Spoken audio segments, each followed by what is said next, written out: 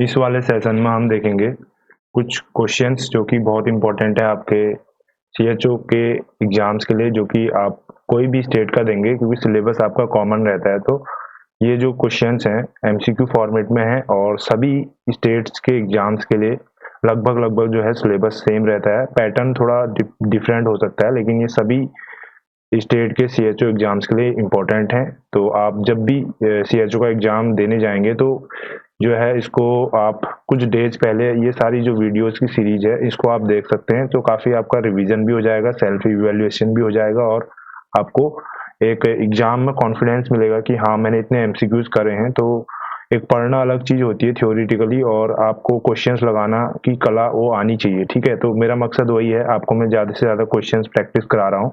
ठीक है, तो पहला प्रश्न आपके स्क्रीन पर आज के सेशन में है, which prevention is best for NCD. तो सबसे पहले एनसीडी क्या होता है? नॉन कम्युनिकेबल डिजीज, जिसमें कि आपका गैर संचारी रोग जो होते हैं, बीपी, शुगर, ओरल कैंसर, ये सारे जो हैं गैर संचारी रोग में, यानी जो एक दूसरे से ट्रांसमिट नहीं होते हैं। ठीक है, तो ये एनसीडी का जब आप एज ए सीएचओ वर्क करोगे तो उसका पूरा काम करना पड़ता है। ठीक है, तो अभी जो है प्रिवेंशन का जो बेस्ट मेथड है, देखिए प्राइमरी, सेकेंडरी, टर्सरी तीनों होते हैं। ठीक है, लेकिन जो हमने अभी जो सीपीएससी जो मॉडल है, यानी कॉम्प्रिहेंसिव जो हेल्थ केयर वाला जो मॉडल है, ठीक है, जब आप ट्रेनिंग करोगे तो उस टाइम आपको इसके बारे में डिटेल में बताया जाएगा। तो उसमें एक प्री मॉड्यूल जो फेज होता है, जिसमें कि हम ऑलरेडी जो है लोगों को क्या करते हैं, कुछ ऐसी हैबिट्स होती हैं इनको लाइफस्टाइल चेंजेस या कुछ जैसे हैबिट्स हैं, ठीक है, जैसे ऑयल कम करना, ठीक है, नमक कम करना, एक्सरसाइज कराना। तो ये सारी प्रीमोडियल जो फैक्टर्स हैं जो कि कॉज कर सकते हैं, यानी प्रीमोडियल मतलब जो रिस्क फैक्टर्स हैं उनको हम कम करके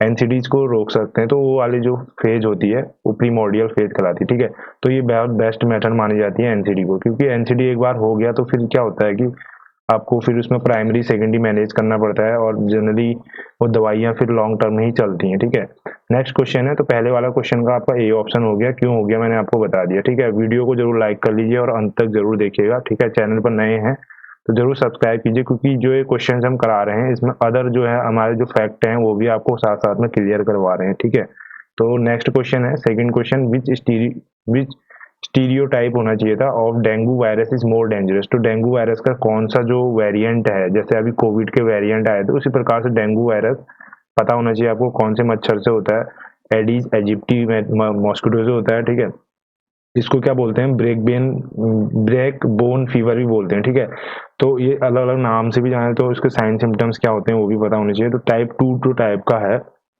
वो क्या होता है, वेरिएंट डेंगू वायरस का सबसे डेंजरस माना जाता है। ठीक है, तो ऑप्शन नंबर बी हो जाएगा। ठीक, उसी प्रकार से नेक्स्ट क्वेश्चन करते हैं, और नेक्स्ट है, malaria infection can be transmitted by.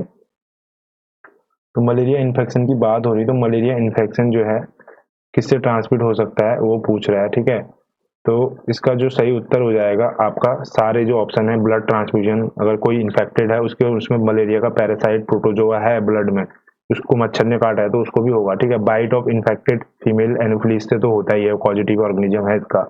ठीक है, और वर्टिकल ट्रांसमिशन से भी होता है, अगर मदर है, वर्टिकल ट्रांसमिशन जनरली आपको जब आप क्या कहते हैं जो डिलीवरी होती है उसमें देखा जाता है वर्टिकल ट्रांसमिशन। ठीक है, नेक्स्ट है fourth question, fogging is a method to kill the mosquito at which stage of its life cycle.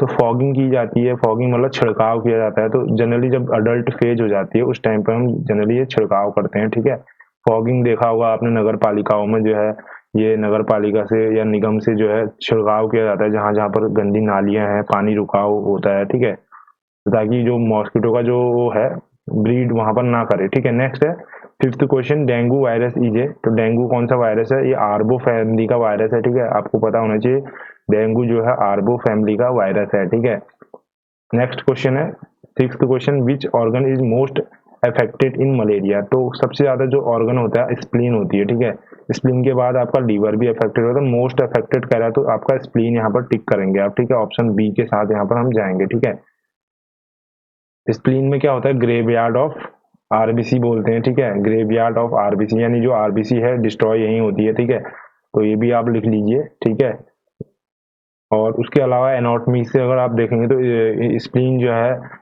यहाँ पर ये एक लिम्फेटिक ऑर्गन के तौर पर भी काम करता है, और आपको स्प्लीन की कितना उसका जो डायमेंशन है वो भी याद होनी चाहिए। ठीक है, और कहाँ इसका लोकेशन है, कभी कभी लोकेशन से भी आते हैं, कौन से एब्डोमिनल रीजन में आता है, ठीक है, 9 एब्डोमिनल रीजन होते हैं, तो उनमें से कौन से रीजन में आता है और उसके नियर बाय कौन कौन से ऑर्गन है, ये सारे आपको डिटेल आपको आनी चाहिए, ठीक है। अगर आप तैयारी कर रहे हो तो इतना चीजें आपको ब्रॉड माइंड से सोचना पड़ेगा, ये नहीं कि मैंने ये क्वेश्चन कराया आपको और बस इतना ही हो गया, थोड़ा आपको एक्स्ट्रा भी आपको खुद से भी एफर्ट डालने पड़ेंगे, ठीक है। मैं आपको केवल एक गाइडेंस कर रहा हूँ कि भाई आप यहाँ ये टॉपिक है तो इसमें ये इंपॉर्टेंट है, ये है, थोड़ा बहुत होमवर्क आप भी करेंगे, ठीक है, तभी आपको फायदा होगा, ठीक है। नेक्स्ट है 7th question, which of the following is a site of measuring fever. तो फीवर जैसे आप ओरल, आपको पता है फीवर मतलब इंक्रीजिंग बॉडी टेम्परेचर, ठीक है, तो आप ओरल भी लेते हैं, रेक्टल भी लेते हैं, वेजाइनल भी लेते हैं, ठीक है, एक्सिलरी से भी लेते हैं, ठीक है, ईयर पोस्ट, तो यहाँ पर सारे जितने ऑप्शन दिख रहे हैं वो हैं, ठीक है। नेक्स्ट है 8th क्वेश्चन, टैपिड स्पंजिंग की जाती है जनरली किसमें, जब बॉडी का टेम्परेचर जो होता है बढ़ जाता है, ठीक है, तो इनमें से जो है मलेरिया के फीवर में भी आपका बॉडी का टेम्परेचर बढ़ेगा, ठीक है, और हाइपोथर्मिया तो है ही, hyper means increase in the temperature, तो दोनों ही ऑप्शन सही हो जाएंगे, ठीक। 9th क्वेश्चन है positive tourniquet test is found in. तो पॉजिटिव जो टूनिकेट जो टेस्ट है हम करते हैं तो किसमें देखने को मिलता है, ये पूछ रहा है, ठीक है। तो ये डेंगू जो फीवर है, ठीक है, टूनिकेट जो क्या होता है, जब आप किसी का ब्लड निकालते हो तो टूनिकेट सबको पता होगा, एक पट्टी टाइप की होती है जिससे वेन बनाने में ब्लड को आसानी रहे, वेन बनाने में आसानी रहती है, ठीक है। तो जो पॉजिटिव टूनिकेट टेस्ट यानी एकदम से क्योंकि उसमें वो दिख जाएगा तो डेंगू फीवर में वो होता है, ठीक है, पॉजिटिव पाया जाता है, ठीक है। नेक्स्ट है 10th, acute watery diarrhoea is seen in. तो सबको पता है वाटरी डायरिया कॉमन फीचर है कॉलरा का, जो कि विब्रियो कॉलरा से होता है, ठीक है। नेक्स्ट है 11th question, incubation period of leprosy कितना है, ठीक है। लेप्रोसी जो है माइक्रोबैक्टीरियम लेप्री से होती है और इसका इंक्यूबेशन पीरियड बहुत लंबा होता है, इसलिए जो है हमारे जो कम्युनिटी में है इसको डायग्नोस करने में सबसे डिफिकल्टी ये आती है, ठीक है। देखो इसका जो कॉमन जो है लॉस ऑफ सेंसेशन आपको देखने को मिलेगा लेप्रोसी में, ठीक है, L for leprosy, L for loss of sensation हो जाएगा, ठीक है। तो कई बार ये देखने को मिलता है जैसे लॉस ऑफ सेंसेशन हो तो उनको पेन नहीं होगा, हीट सेंसेशन नहीं होगा, तो कई बार जो है उनको बर्न होने के चांसेस रहते हैं, ठीक है, और एक टाइप का इंजरी अपने आप को पहुंचाते हैं, ठीक है, और पैचेस दिखने को मिलेंगे, पैचेस, ठीक है, स्किन जो है वहां पर पैचिंग हो जाएगी, ठीक है। तो ये बेसिक से सिम्टम होते हैं, ठीक है। शरीर में अगर 5-6 पैचेज हो रहे हैं इसका मतलब लेप्रोसी का वो स्टेज है, ठीक है, तो उसको तुरंत हमने वहां पर डॉक्टर के पास स्क्रीन कराना है, उसके बाद उसकी मेडिकेशन स्टार्ट हो जाएंगी ताकि अर्ली स्टेज पर ज्यादा मतलब डिसेबिलिटी ना हो किसी पर्सन को, ठीक। नेक्स्ट है 12th, all of the following are nursing intervention for a patient with high fever. High fever के जो इंटरवेंशन हैं वो पहले वो देख लो, एक्सेप्ट को भूल जाओ अभी, ठीक है, एक्सेप्ट वाले क्वेश्चन को ऐसे करेंगे, ठीक है। आप सबसे पहले हाई फीवर के क्या क्या हो सकते हैं इंटरवेंशन, हाँ हम उसको कोल्ड स्पंजिंग देंगे, बिल्कुल देंगे, वाइटल चेक करेंगे, हाँ जी चेक करेंगे, और एडमिनिस्टर मेडिकेशन एज प्रिस्क्राइब, जी बिल्कुल मेडिकेशंस भी देंगे। तो केवल क्या नहीं करेंगे, रेस्ट्रिक्ट जो है फ्लूइड इनटेक जो है हम उसको रेस्ट्रिक्ट ये नहीं करेंगे, ठीक है। अदर जो है ए बी सी करेंगे, जो नहीं करेंगे वो वाला पूछ रखा था तो डी हो जाएगा। तो एक्सेप्ट वाले क्वेश्चन को हमेशा इस तरीके से कीजिए, ठीक है। अगर आप एक्सेप्ट पढ़ते हुए चले जाएंगे तो वो थोड़ा मिसकंसेप्शन हो जाता है, तो इसलिए एक्सेप्ट को पहले भूल जाओ, पहले जैसे स्टेटमेंट इसको सॉल्व करो, ठीक है। जैसे all of the following are nursing intervention पूछा, फॉर किसके लिए, हाई फीवर के लिए, तो क्या क्या करते हैं हाई फीवर में, आपने एबीसी देख लिया, हाँ यार आपको लगा ठीक है, जो फिर उसके बाद जो नहीं हुआ 3 ऑप्शन तो हो गए, तो इसका मतलब चौथा वाला ऑटोमेटिकली एक्सेप्ट वाले कैटेगरी में आ जाएगा, ठीक है। तो इस तरह से आप इसको करेंगे, ठीक है। नेक्स्ट है 13th question, all of the following are precaution in care of a patient with high fever. तो प्रिकॉशन पहले क्या क्या ले सकते हैं हम, पहले तो यह है कि never leave A patient with high fever alone, बिल्कुल सही बात है, हमें नहीं छोड़ना चाहिए, ठीक है, कभी भी कुछ भी हो सकता है उसको, ठीक है, तो वहां पर एक बंदा उसके साथ हमेशा रहना चाहिए। नेक्स्ट है रिगर्स एंड कन्वर्जन में occur at any, riggers and conversion में अकर एट एनी टाइम, ठीक है, उसको हो सकता है फीवर के उसमें हाई फीवर है तो कन्वर्जन आना, फिट्स आना, ये आम सी बात है, ठीक है, तो इसलिए वहां पर भी होना जरूरी है, ठीक है। तीसरा है एडमिनिस्टर एंटी टाइप ड्रग्स, ठीक है, एंटी पायरेटिक होना चाहिए, तो एंटी पायरेटिक तो देंगे ही ताकि टेम्परेचर लो हो जाए, ठीक है। तो इसमें जो है टैपिड डी ऑप्शन जो है 3 ऑप्शन तो सही लग रहे हैं, बाकी चौथा ऑटोमेटिकली एक्सेप्ट की कैटेगरी में आ जाएगा, ठीक है। तो एक्सेप्ट वाले को करने की ये बेसिक सी ट्रिक है, ठीक है। तो टैपिड इसमें चौथा वाला जो ऑप्शन है पढ़ लेते हैं, इसको समझ लेते हैं क्यों नहीं है करके। तो tepid cold sponging is not useful in patient not responding to antibiotics. सीधी सी बात है, जब एंटीबायोटिक्स का कोई काम रोल नहीं हो पा रहा है, उससे इंप्रूव नहीं हो पा रहा है, टेम्परेचर लो नहीं हो रहा, तो टैपिड जो है हमारा टैपिड कोल्ड स्पंजिंग भी कुछ नहीं कर सकती उसमें, ठीक है। आप जितनी दफ़े उसको स्पंजिंग कराओगे उतने दफ़े जो भी कपड़ा आप यूज कर रहे हो स्पंजिंग के लिए वो भी क्या हो जाएगा, हीट अप हो जाएगा, ठीक है। वैसे साइमल्टेनियसली चलती हैं दोनों प्रोसेसेस, जैसे एंटीपायरेटिक्स भी दे दिया आपने और कोल्ड स्पंजिंग दोनों साइमल्टेनियसली करोगे तो जो इसका इफेक्ट है कंबाइंड इफेक्ट जो है बहुत अच्छा रहता है और जल्दी जो है लोअर करने में मतलब टेम्परेचर को मदद करता है, पेशेंट को अच्छा आराम मिलता है, ठीक है। नेक्स्ट है 14 क्वेश्चन, एक हाइपोथर्मी, देखो ये कंडीशन बेस्ड क्वेश्चन भी आते हैं आपके, ठीक है। तो प्रैक्टिकल, क्योंकि आपकी जो मेडिकल की जो जॉब है जितने भी सारे प्रैक्टिकल जॉब होती हैं, थ्योरेटिकल आपको अप्लीकेशन करना है, ठीक है। तो देखिए किस तरह का प्रश्न है यहाँ पर, ए हाइपोथर्मिक न्यूनेट इज एयरलिफ्टेड, तो एयरलिफ्टेड किया गया है फ्रॉम स्नोइंग गुलमर्ग, ठीक है। कहीं पर वो मतलब कि आपका गुलमर्ग जो घाटी है वहां सबको पता है हिली स्टेशन है, तो वहां पर टेम्परेचर लो होता है, वहां पर बर्फ गिरती है, तो वहां से उसको एयरलिफ्ट किया गया है। उसके बाद नीकू में डाला गया है, नीकू, ठीक है। The attending nurse is asked to record the core temperature by attending doctor while he is resuscitating another child, ठीक है। तो एक न्यूनेट बच्चा है उसको नीकू में रखा है, न्यूनेटल इंटेंसिव केयर यूनिट में, और जो कि वहां से एयर लिफ्ट किया गया, तो ठीक है। तो इसमें क्या कह रहा है कि उसमें हम कहाँ से उसका जो टेम्परेचर है वो नापेंगे, ये पूछ रहा है, ठीक है। तो कोर टेम्परेचर हमको जो टिम्पैनिक मेम्ब्रेन है, यानी टिम्पैनिक मेम्ब्रेन कहाँ पर है, जो ईयर लोब्स हैं, ठीक है, वहां पर वो, ठीक है, ईयर लोब्स को चेक करेंगे हम, वहां से जो है टेम्परेचर का जो है एक्यूरेसी हमें मिलेगा, ठीक है, कोर टेम्परेचर, ठीक। नेक्स्ट है 15वां प्रश्न, after using A thermometer it should be cleaned in which direction, basic सा सवाल है, कई लोग इसमें कंफ्यूज हो जाते हैं, ठीक है। तो थर्मामीटर, सपोज आपके पास थर्मामीटर है, सबने थर्मामीटर देखा होगा, ये यहाँ पर इसकी बल्ब नोक है और ये थर्मामीटर इस तरह का कुछ बना दिया मैंने, ठीक है। तो ये है इसका जनरल थर्मामीटर का, ये क्या होता है, बॉडी होती है, ठीक है, ये बॉडी होती है और इस फ्रंट वाले पर्सन को बोलते हैं बल्ब, ठीक है। इसके अंदर यहाँ पर मरकरी होती है, ठीक है, जो कि और यहाँ पर ये स्केल होता है रीडिंग बताने के लिए, ठीक है। तो अब ये पूछ रहा है कि अगर ये क्लीन कहाँ से करना चाहिए, इन विच डायरेक्शन, तो स्टेम टू बल्ब, ठीक है। स्टेम टू बल्ब जो है हमेशा हम क्लीन करते हैं, स्टेम क्या हुई, स्टेम टू बल्ब, ठीक है, बॉडी को ही स्टेम भी बोलते हैं, ठीक है। तो स्टेम टू बल्ब हम क्लीन करेंगे, ठीक है। जब हम क्या करेंगे, थर्मामीटर यूज कर लेंगे, ठीक है, यानी जब किसी का टेम्परेचर हमने नाप लिया तो हम स्टेम टू बल्ब हम यूज करेंगे, ठीक है। और फिर उसके बाद उसको हम किस में डिसइंफेक्ट करेंगे, कोई भी जो सॉल्यूशन है हमारे पास डिसइंफेक्टेंट का उसमें डाल देंगे, ठीक है। और फिर जब हमने रीयूज करना होगा तो रीयूज करते टाइम इसको हम स्वैब लेंगे, स्वैब से कहाँ से क्लीन करेंगे, जब यूज करते टाइम जो है हम इसको बल्ब टू स्टेम करेंगे, ठीक है। बल्ब, तुम ये एरो याद रखो, ठीक है, यूज करते टाइम ऐसे जाएंगे, ठीक है, आगे को छोड़ेंगे तीर, ठीक है, और जब हमने यूज कर लिया है तो ऐसे छोड़ेंगे, ठीक है, पीछे को छोड़ेंगे, इधर को अपनी तरफ को, ठीक है। तो इस तरीके से आप इसको याद कर सकते हैं। तो आपको ये याद, ये मैंने डायग्राम बना रखा है, बल्ब यहाँ पर को होता है और स्टेम ये है, तो इससे आपको डिफ्रेंशिएट कर लीजिएगा, ठीक है। कंफ्यूज नहीं होना चाहिए, गलत नहीं होना चाहिए सवाल, ठीक है, कॉन्सेप्चुअल सवाल है, बहुत लोगों को गलत फहमी हो जाती है इसमें, ठीक है। तो नेक्स्ट है 16वां प्रश्न, और आपको एक फॉर्मूला भी याद होना चाहिए, टाइम पे कभी कन्वर्जन वाला भी आ जाता है, तो कन्वर्जन वाला फॉर्मूला जो है आप बहुत आसानी से याद कर सकते हैं। तो सीधा आप उसको लिखिए, सी बट्टा कितना लिखेंगे आप, C/5 is equal to F/32/9 कर दो इसको, ठीक है। भाई इतना याद रखना है आपको, कभी भी आपको जो है टेम्परेचर निकालना है तो आप यहाँ पर वो कर लेंगे, ठीक है। और एक क्वेश्चन ये भी पूछा जाता है कि जो सेल्सियस डिग्री सेंटीग्रेड है और फ़ारेनहाइट है डिग्री, ठीक है, ये कौन से टेम्परेचर पे इक्वल होते हैं, तो -40 डिग्री पर, ठीक है, -40 डिग्री करेंगे उसको, ठीक है।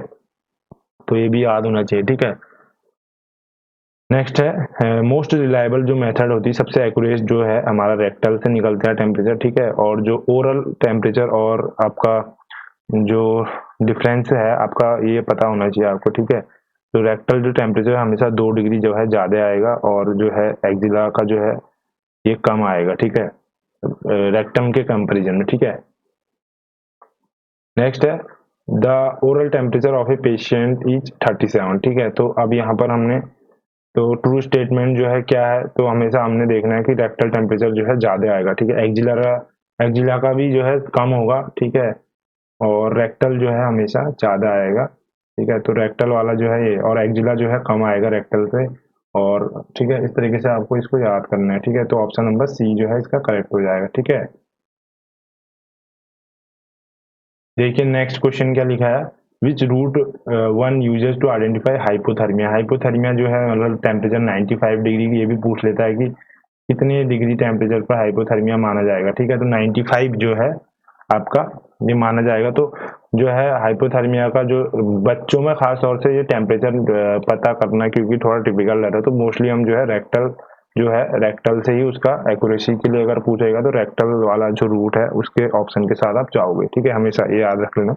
ठीक है, नेक्स्ट है 19th question, fever with relative bradycardia is seen. तो फीवर और साथ साथ में ब्रेडिकार्डिया आपको पता है अगर हार्ट बीट लेस देन 60 है, लेस देन का सिंबल है ये, less than 60 beats per minute है तो फीवर भी हो रहा है। तो इसे किस में देखा जाता है, कौन सी बीमारी में? जनरली टाइफाइड में। ठीक है, टाइफाइड की जो कंडीशन है सबको पता है, अगर किसी को टाइफाइड हुआ है तो उसको फीवर भी आता है और उसकी हार्ट रेट जो है थोड़ा स्लो हो जाती है। ठीक है, लो हो जाती है, तो उसको कम ब्रेडिकार्डिया बोलते हैं, और जब हाई हो जाती है टैकीकार्डिया बोलते हैं। ठीक है, उसी के साथ साथ टाइफाइड का आपको कॉर्गोजिटिव ऑर्गेनिज्म भी आना चाहिए, दैट इज साल्मोनेला टाइफाइड। ठीक है, ये क्या है? एक बैक्टीरियल डिजीज है, ये भी कैटेगरी आपको याद होनी चाहिए। ठीक है, और गैस्ट्रो इंटेस्टाइनल डिजीज है, ये भी सिस्टम का भी पता होना चाहिए। ठीक है, नेक्स्ट है 20th question, when body temperature is rises up.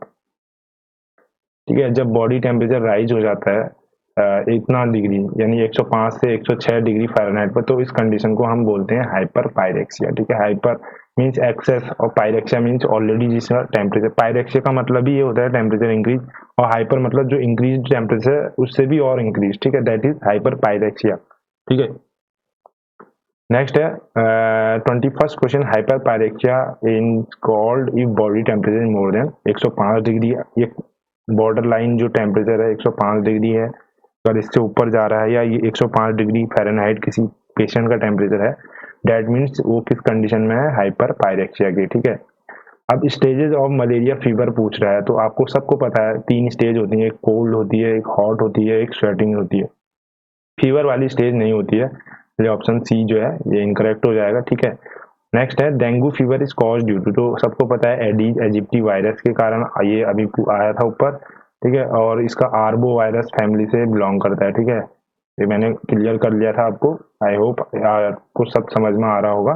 ठीक है, नेक्स्ट है 24वां प्रश्न, which of the following is not characteristic of dengue haemorrhagic fever.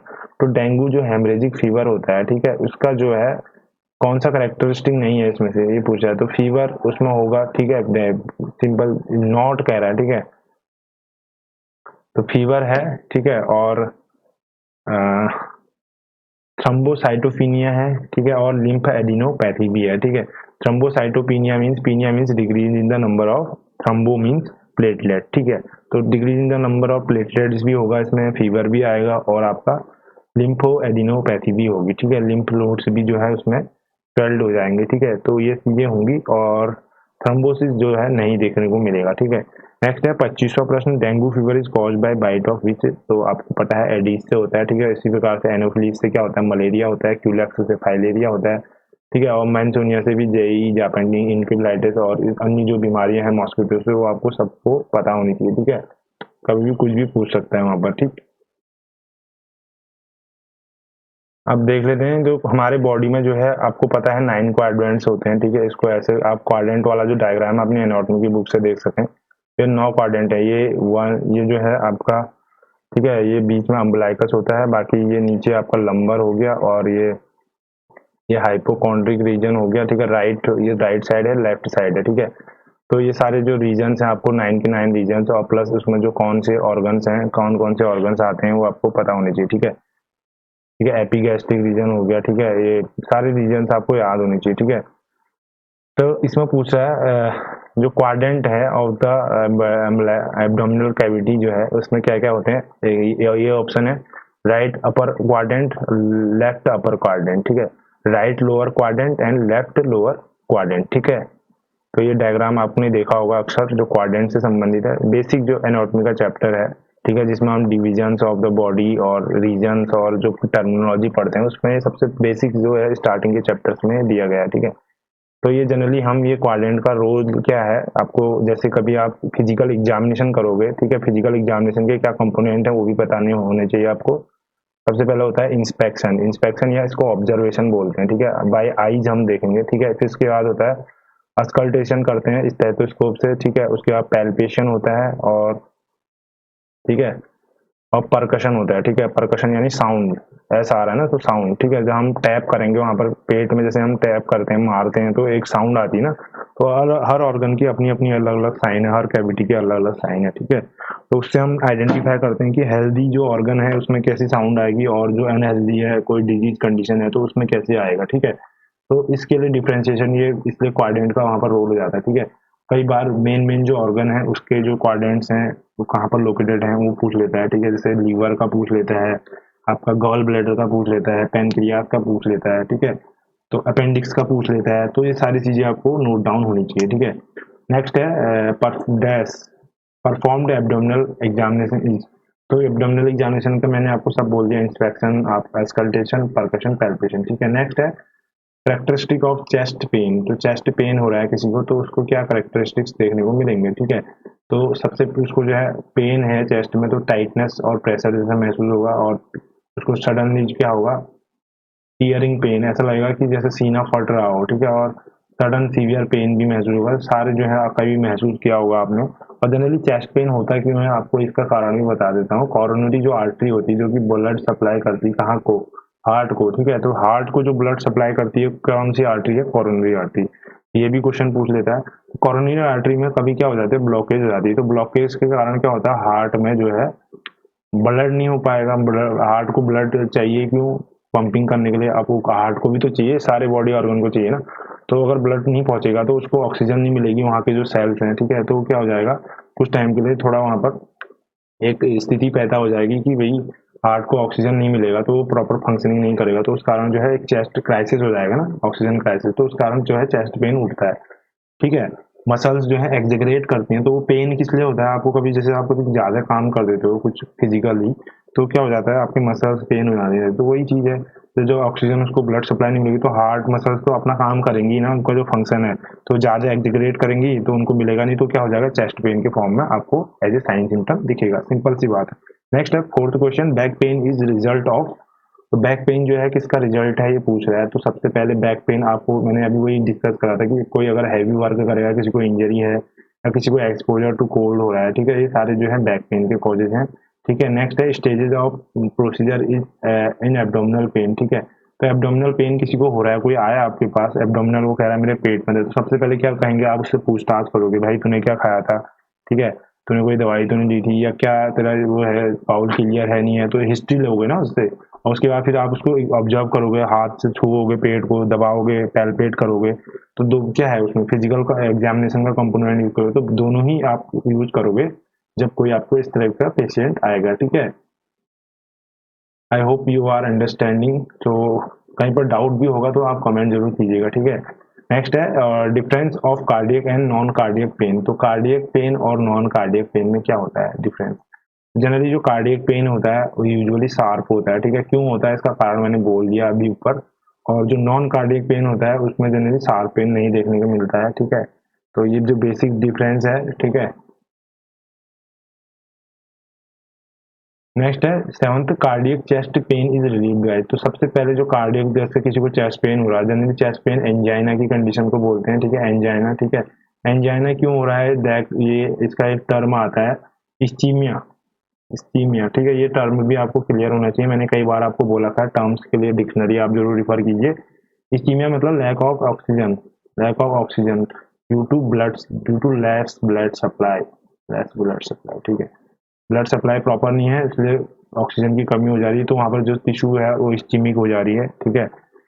Difference थोड़ा सा है साइनोसिस और इसमें, ठीक है। साइनोसिस में तो एक वो है कलर का क्या कहते हैं डिफ्रेंशिएशन, वहाँ पर कलर जो है ब्लूइश का हो जाता है, ठीक है, नीला पड़ जाता है ना साइनोसिस में, ठीक है। तो जनरली चेस्ट पेन जो है, कार्डियक चेस्ट पेन जो है, नाइट्रेट, कॉमन नाइट्रेट जो है एनटीजी देते हैं। एनटीजी मतलब नाइट्रोग्लिसरीन। ये कौन से रूट से देते हैं ये भी पता होना चाहिए, सबलिंगुअल, ठीक है। टंग के नीचे डालते हैं, टंग के नीचे क्यों डालते हैं, ताकि जो है क्विकली ये क्या हो जाए, ऑब्जॉर्ब हो जाए, क्योंकि हमें चाहिए फास्ट एक्शन ना, ठीक है, इसलिए। नेक्स्ट है eighth question, physical assessment of joint pain कैसे करेंगे। इंस्पेक्ट करेंगे जॉइंट को, रेंज ऑफ मोशन देखेंगे, हम बोलेंगे इधर को मोड़ो, उधर को ऊपर करो, ठीक है। तो ये रेंज ऑफ मोशन के लिए हम उसको बोलेंगे, ठीक है। उसके बाद पैल्पेट भी करेंगे, परकशन और अस्कल्टेट भी करेंगे जॉइंट को कि कोई साउंड वगैरह तो नहीं हो रही है, अंदर से थंपिंग साउंड तो नहीं आ रही, तो ये सारी ऑप्शन जो है करेक्ट है। ठीक है, अब ये कुछ क्वेश्चन है बेसिक लाइट जो BLS, जो बेसिक लाइट सपोर्ट है BLS बोलते हैं जिसे। ठीक है, तो BLS, पहला प्रश्न ही यही है, BLS क्या होता है। ठीक है, BLS में क्या क्या होता है, तो BLS का full form basic life support. तो इसमें आप देखते हैं जैसे कोई किसी को BLS देना होगा, इसके स्पेसिफिक कोर्स भी होता है। ठीक है, तो उसमें सर्कुलेशन, ब्रीदिंग, एयरवे, ठीक है, ये तीन चीजें आप देखेंगे। ठीक है, तो ऑल ऑफ द अबव हो जाएगा। ठीक है, उसके बाद नेक्स्ट क्वेश्चन है least blood pressure is found in, तो वेना कावा जो होता है। ठीक है, वेना कावा आपको पता होगा, अगर हार्ट का स्ट्रक्चर आपको पता है तो वेना कावा जो होते हैं, अयोटा क्या है, लार्जेस्ट आर्टरी है। ठीक है, वेना कावा और सुपीरियर वेना कावा और इंफीरियर वेना कावा होती है। ये क्या करती है, बॉडी से जो है आपका जो है ब्लड जो है हार्ट की तरफ को लाती है। ठीक है, नेक्स्ट है 13 क्वेश्चन, तो इसमें जो है सबसे कम जो है प्रेशर होता है, ब्लड प्रेशर। ब्लड प्रेशर क्या है, pressure exerted by the walls of मतलब ब्लड वेसल। ठीक है, तो जनरली आर्टरीज का जो प्रेशर होता है वो हम नापते हैं, वही हमारा बीपी में रिफ्लेक्ट होता है। ठीक है, नेक्स्ट क्वेश्चन है warning sign and symptoms of heart attack. तो हार्ट अटैक के जो है, अगर किसी को हार्ट अटैक आ रहा होगा तो कैसे आइडेंटिफाई करोगे, अगर उसको चेस्ट पेन हो रहा है, ठीक है, कंफ्यूजन हो रहा है, ठीक है, शॉर्टनेस ऑफ ब्रेथ आ रही है, ठीक है, तो उससे जो है आपको महसूस होना चाहिए कि हाँ this person is in going to be in heart attack condition. ठीक है, तो एक वो होता है। ठीक है, नेक्स्ट CPR जो है, CPR का में जो है आपको ये पूछा जाता है कि रेशियो पूछा जाता है जनरली। ठीक है, जो कार्डियोपल्मोनरी रिसेसिटेशन, ठीक है, जो अडल्ट है 30:2 होता है। ठीक है, चिल्ड्रन में क्या होता है 15:2 होता है। ठीक है, ये आपको दोनों याद होने चाहिए। नेक्स्ट है स्टेज ऑफ शॉक इंक्लूड, कोई भी शॉक की स्टेज है उसमें क्या क्या आपको देखने को मिल सकता है। तो क्या होता है, शॉक क्या है, एक बॉडी में एक जब कोई सिस्टम जो है प्रॉपरली जो है क्या हो जाता है, कंपनसेट करता है। ठीक है, चाहे जैसे किसी को ब्लड लॉस हो रहा है, चाहे वो एक्सीडेंटल कॉज के कारण हो या कोई हेमरेज हो गया हो। ठीक है, तो बॉडी क्या कर रही है, कंपनसेट कर रही है ना, उस चीज की भरपाई कर रही है, तो that condition is known as shock. तो उसमें क्या हो रहा है, सारे जो ऑर्गन्स हैं उनको एक्स्ट्रा काम करना पड़ रहा है, या कोई ऑर्गन जो है क्या कर रहा है, उसका जो फेल मतलब उसका जो प्रॉपर जो फंक्शन है वो उसको नहीं कर पा रहा है, तो दैट कंडीशन में लीड टू शॉक। तो उसमें क्या होता है, आपको इनिशियल और कंपनसेटरी इसमें स्टेजेस होती हैं। ठीक है, प्रोग्रेसिव स्टेज होती है और इरिवर्सिबल स्टेज होती है। तो ये स्टेजेज होती हैं धीरे धीरे करके, उसमें बॉडी में कैसे कैसे ऑर्गन्स में चेंज आता है पर्टिकुलर जो शॉक लगने से। ठीक है, तो वो सारी चीजें ये अलग अलग स्टेजेस में मेंशन है। ठीक है, ब्लड प्रेशर किससे मेजर होता है, स्पेक्ट्रम माइनोमीटर से, सभी को पता है। ठीक है,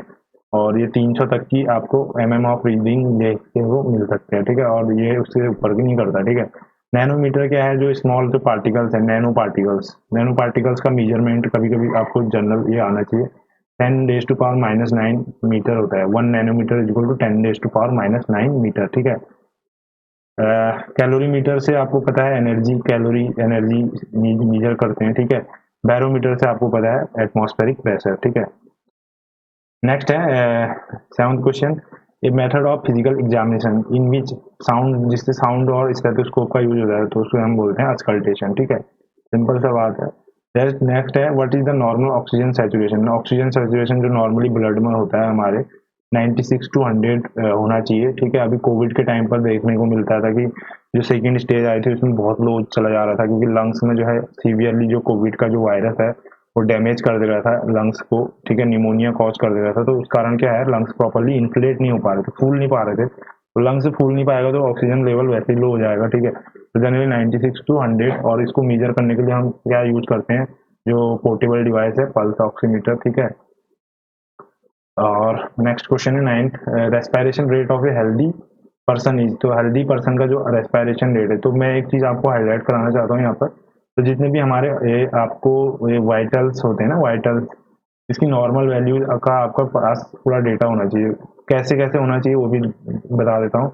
इन्फेंट जब होता है उसमें कितना होना चाहिए, चिल्ड्रन में कितना होना चाहिए, अडल्ट में कितना होना चाहिए, और ओल्डर में कितना होना चाहिए, प्लस मेल फीमेल का आपको अलग अलग एक टेबल बना लीजिए। इसको एक बार का काम है कि जब भी कभी रिवीजन आप करना होगा तो एक बार आपको अलग अलग बुक्स के लिए देखना नहीं पड़ेगा ना। एक A4 साइड की अपनी शीट्स बना लीजिए नोट्स की। ठीक है, जब भी कोई एग्जाम होता है तो आप क्विकली उसको रिवाइज तो कर सकते हैं। अब 800-900 पन्नों की किताब पढ़ने से बढ़िया है आपके 50-60 पन्नों की जो अगर नोट्स हैं उसको रिवाइज कर लीजिए। तो ये कुछ शॉर्ट ट्रिक्स हैं जो कि मैं भी खुद फॉलो करता हूँ, और कई एग्जाम्स हमारे भी क्रैक होते हैं इस तरीके से।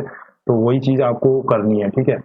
नेक्स्ट तो इसमें क्या है 15 से 20 जो है पर मिनट होता है, ठीक है। नेक्स्ट है 10th question, cessation of breathing for a short period, ठीक है। पीजेशन मतलब स्टॉपिंग ऑफ ब्रीदिंग, अगर कोई कुछ शॉर्ट पीरियड के लिए ब्रीदिंग रुक रही है तो उस केस को क्या बोलेंगे, उस टर्म को एपनिया बोलेंगे, ठीक है। मैंने आपको कई बार बोला डायरेक्टली क्वेश्चन आपकी टर्मिनोलॉजी से आते हैं, तो उसके लिए डिक्शनरी को रिफर जरूर कीजिए, या कहीं पर आपको ऐसा लग रहा है कि हाँ ये टर्म मैंने पहली बार सुना है, तो उसको गूगल तक भी कर सकते हैं आप, ठीक है। उसको नोट डाउन कर लीजिए अपने सीट्स में, ठीक है।